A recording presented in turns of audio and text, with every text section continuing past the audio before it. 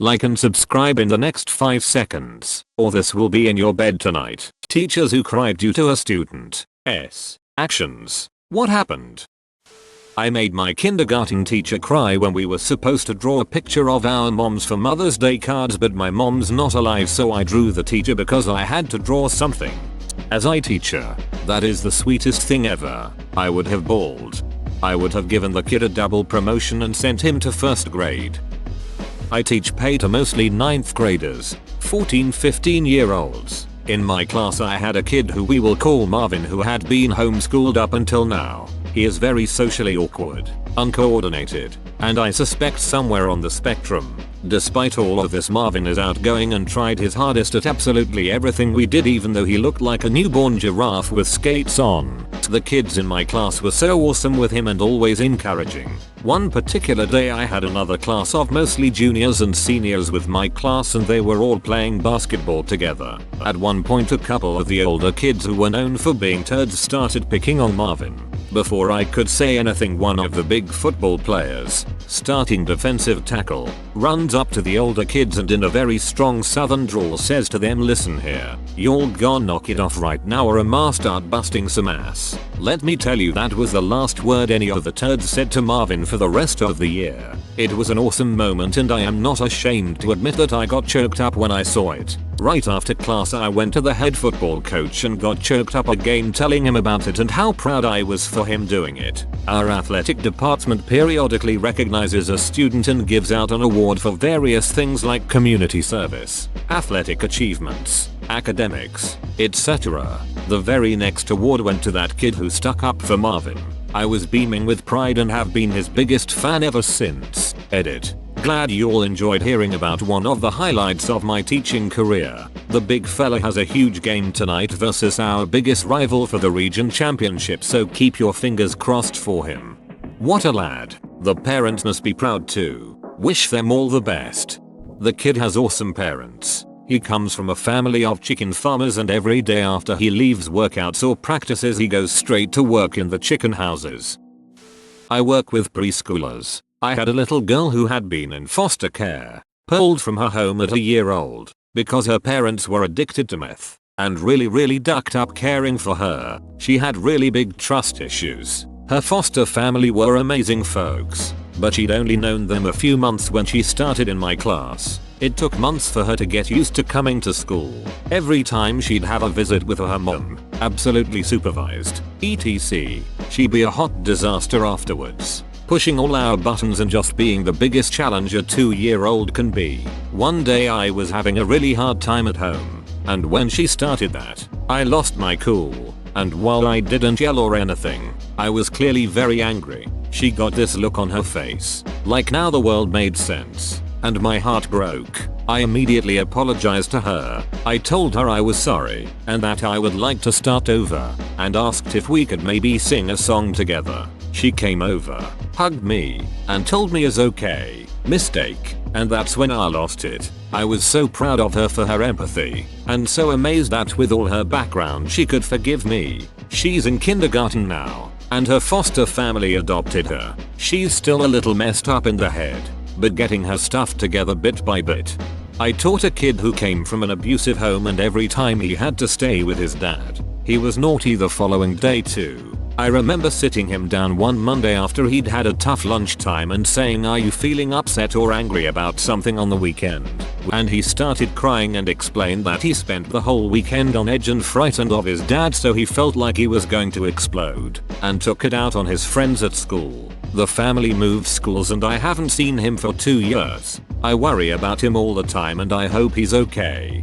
I was the abused kid at my school. It was my dad that did it. Physical and verbal abuse. I had to go home to him every day, and I got so upset and naughty I was put in an abused kid center twice, like a hospital. Kids bullied me really bad too. I only had few teachers who stood up for me. Most teachers were bullies too. There was one friendly school counselor lady that treated me lovingly like a parent should. I'd always come to her office just so I could be fear-free for a little while and just be a kid. I showed her the beating bruises and the school had the police look into it. but nothing was really done for me. My dad was a narcissist and gaslighter and easily made himself look like the good one in front of the police. This was rural Wisconsin. I endured his abuse for 17 years and after high school I got addicted to opioids. I'll never forget the kind counselor woman though. Thank you for teachers like you. I had an autistic student no one liked. At the end of the school year, a student invited him to her birthday party. His joy and elation at having received his first invitation, 5th grade, had my fat face sniveling like a little beach for days. Edit. One person liked him. It was me. I loved that kid with my all. I hope he got more of that. From what I hear, he's doing well in high school. I had a teacher who accepted late work. She ended up getting bombarded with assignments a few days before grades were due, and a friend and I stayed with her, since we were her top students, to help her grade papers. At first she cried because she was overwhelmed, but when we were almost finished, she cried and said she really appreciated us helping out. Needless to say, 3 years later, she isn't accepting late work anymore. In my school board we have to accept it. Accepting it and giving it a proper grade are two different things. Can you get away with some malicious compliance and just give everything after a certain date of 50%? It saves you the time of grading and doesn't kill a kid's grade completely. Not one, but 3 kids made me cry. When I was 23 and a brand new ESL teacher, I had to help a 7-year-old calm down from a meltdown while he tried to hurl the biggest rocks and branches he could at me. One of the branches hit the door behind me and made a huge dent on it. During that same class period 2 other kids had meltdowns as well. One of them bit me and kicked me while I restrained him as carefully as I could because he was trying to throw desks at his peers. And honestly the sync breathing works. The other girl just ran away from the room screaming bloody murder. I could do nothing at that point. Then the principal called me to her office because a kid had escaped my class. She was not nice about it. After that, I curled up on a toilet and cried my eyes out before going home. Dang, I am sorry that happened. Thank you. And I'm sorry it went like that too. I think there was more that could have been done for those kids, had the school had the proper support systems. Anyway, it's been 7 years now. Learning classroom meditation has been a ducking blessing. My 9th grade math teacher was the sweetest lady ever. She was Jewish and had a very thin body. Kids in my class targeted her because of that and made the worst types of jokes involving the Holocaust. She broke down one day, had to leave the room, and the principal had to take over for the day. She quit soon after. She should have come back the next day with a presentation showing everything that happened in the Holocaust. All the horrible details. Then tell them that's why it isn't funny. I got an opportunity when I was 15 to visit Auschwitz. It kind of sticks with you. It really isn't funny, even 80 years later. Just 2 days ago I had a 12th grade student write me a note and tell me she appreciated my concern for her. I told her the next day how special she made me feel and I cried in front of her. I have the best job in the world. Must feel awesome. Things like this make me want to be a teacher when I'm older. This is my 24th year teaching. I hope you become a teacher. Someone needs to replace me. Almost burst into tears yesterday from a class I was covering.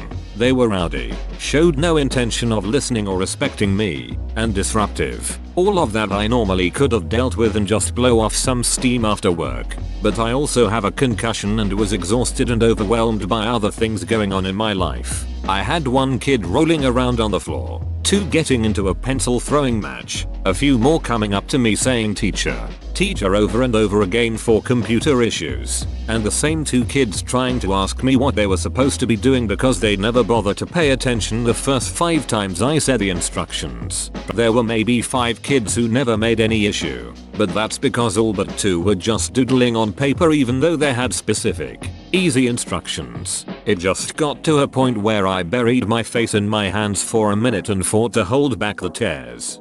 Sending you the biggest warmest hug ever. I would have felt the same. Thank you. It definitely was a day. I've had other days like that with different classes, but usually I just get frazzled and get onto them about their behavior. IDK what happened yesterday, but something in me just didn't have the energy. I just sadly accepted it. I sat in on the same class today while the teacher was teaching. I'm a good friend of theirs, so they didn't bat an eye when I just came in to watch. And the kids were the exact same way with the teacher. Noises, moving around, talking, etc. It's really sad because you can talk to them and try to tell them why what they're doing isn't good for themselves or their teachers. But I found a large majority of kids in my school just don't care at all, which on another level is extremely heartbreaking. Edit. Get into them, get onto them. I'm a teacher and have been crying a lot lately. I work with K-5th graders and primarily focus on social emotional support. I am hearing kids as young as 7 say they hate themselves. 2ND/3RD 4th graders who talk about wanting to die. Kids with so much anxiety they become catatonic when stressed. It's so hard to see. And with remote learning, it's not like I can hug them. I had a mom have a panic attack during a quick virtual meeting today because she's so worried about her 7-year-old son and his severe anxiety. I'm not a therapist and feel emotionally drained every day. I am so worried about this generation of kids. I hope you have the ability to see a therapist yourself. Take care of yourself so you can be your best for these kiddos. Red Heart Card Suit. The thing with mental health is that everyone gets affected. If someone who has a chronic mental disorder is spiraling out of control, then everyone around them would temporarily get stressed, depressed, anxious etc. by watching their friend acquaintance have an episode. We are a social species. Everyone is connected. 5% of people attempt suicide in their lifetime. If each person has 10 close connections including relatives, friends, partners, co-workers they see every day, roommates etc., then most people would have to deal with the associated stress. We can't say it's their problem. It's everyone's problem now. I was called into a parent meeting just to inform me of the situation and steps that were being taken to help the student, because one of my students who was in grade 5 told her mom that she didn't want to be here anymore. The world would be better without her. She had dealt with bullying and had learning needs. I was a first-year teacher and pregnant with my first child. I cried a lot that day. Edit. Wording. Kids with depressive or suicidal thoughts are the worst. One of the kids in my kindergarten class was on ADHD meds and also spoke about not being missed and that he just shouldn't exist. His parents and psychologist decided to take him off the meds and sure he is a handful now. But he's a sweet kid and happy most of the time. I am now a teen and was depressed as a child from a lack of care and an overdose of only negative feedback. I am confused. I have never seen a single teacher care the least bit about me, but I know for sure that I did not have 4 different sociopaths as teachers. Not a teacher, was a student. One of the students in our grade 7 class got lice and was kept home for a few days to deal with it. Rumor got around, and everyone in class knew.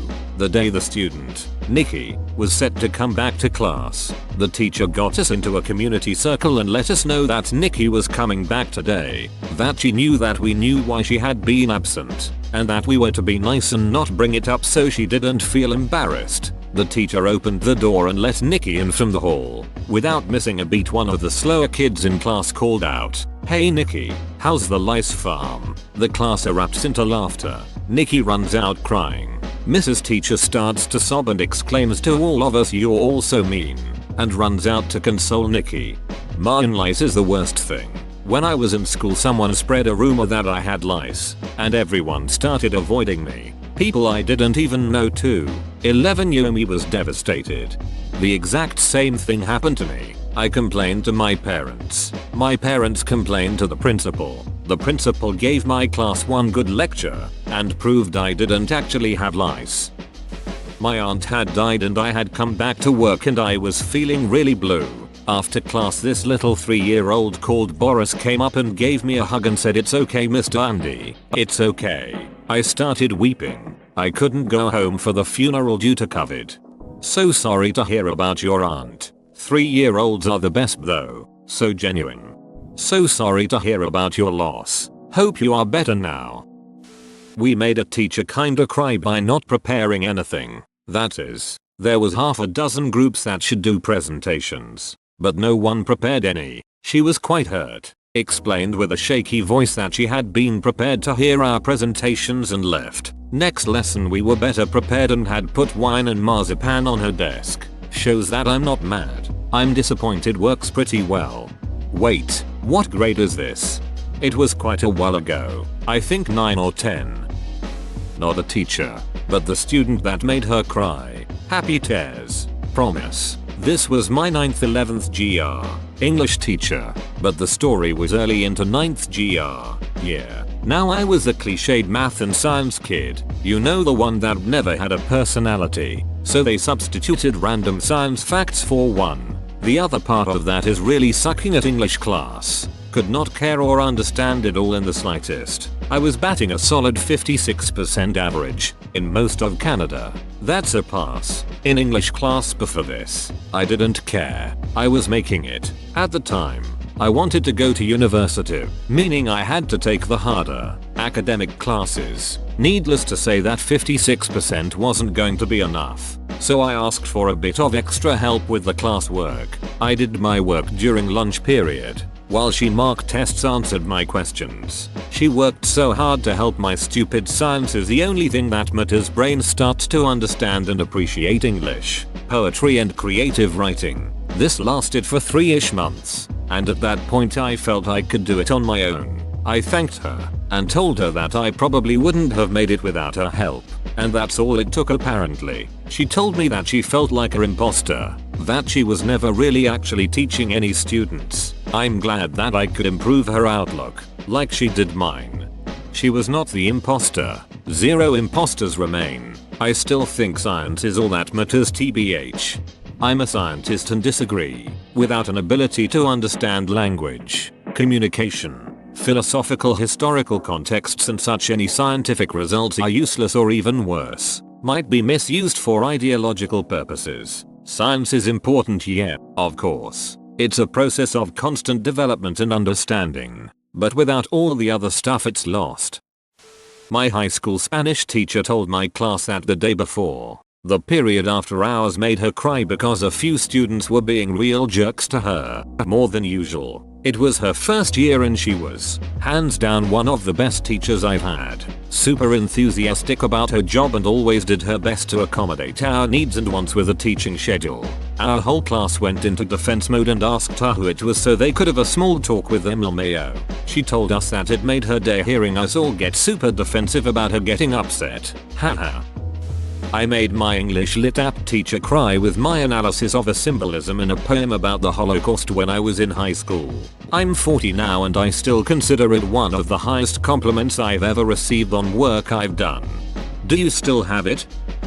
When I was in 7th or 8th grade, my teacher Mrs. X was pregnant, due right after summer break started. Unfortunately, she lost the baby during birth. She came back in the fall to teach, but it was obvious she wasn't okay. There was this kid, Forrest, a real little a-hole. Around that time it was a very in thing for the boys to make the iron sound from Dumb and Dumber. Forrest did that about 8 or 9 times and Mrs. X asked him to stop. He did it again and she lost her temper, yelled at him to stop disrupting her class all the time.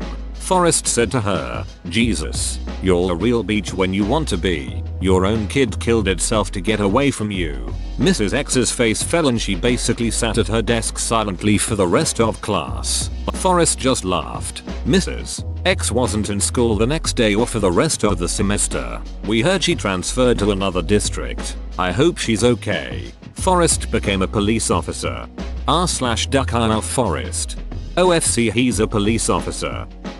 Our school had a system where the new teachers were interviewed in a random class and told to teach, and the teachers were observed by interviewees in the back. Luckily it was our class which was chosen. I was in 6th grade. A lady came. I won't say she taught very good, but it was not bad either. The guy who was interviewing was our principal. She was teaching English. He asked her to explain the difference between 2 similar sounding words. She couldn't tell. I felt sad. She took a little time and said, "I don't know, sir." He waited for her to complete the remaining session and left. The a-hole children of my class started laughing on her. Others started talking. I was sitting and looking at the teacher and could see that she was trying to smile but trying hard to hold her tears. As soon as she stepped out of the door, she broke into tears and nobody noticed, but I did. I really felt very sad for her. Although I was only 12, I could understand that. To this day I remember that exactly how it happened.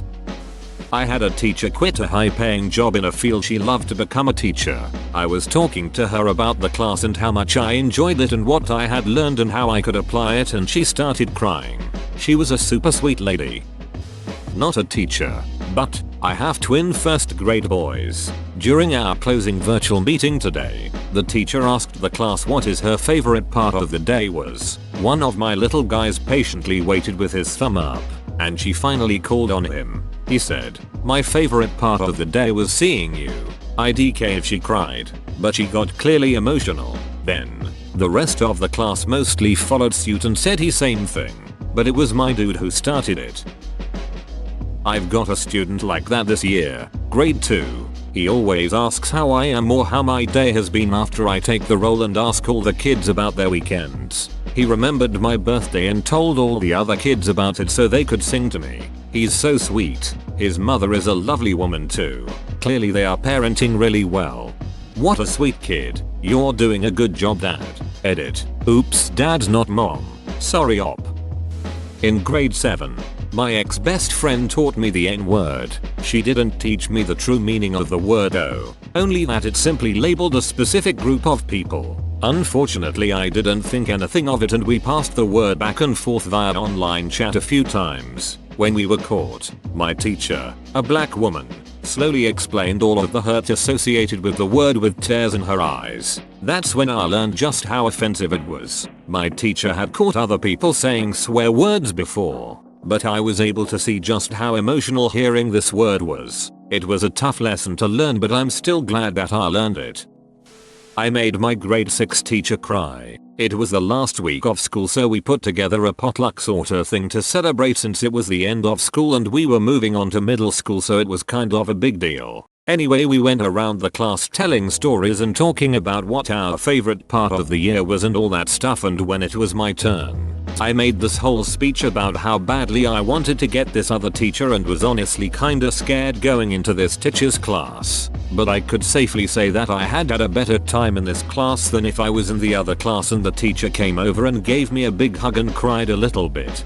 This happened in my class too, but in 5th grade, we spent the whole day playing around, watching movies, drinking the hot cocoa she brought us, and in the last minute before the bell rang everyone was counting down when this one really tough kid, the super popular jock, started crying, which obviously led to the other 30 kids start crying as well. We were all hugging and crying and the teacher was crying and other kids from different classes were coming in to go with their friends only to see a bunch of 10-year-olds sobbing and group hugging our teacher. 4 years later and I still visit her sometimes just to say hi.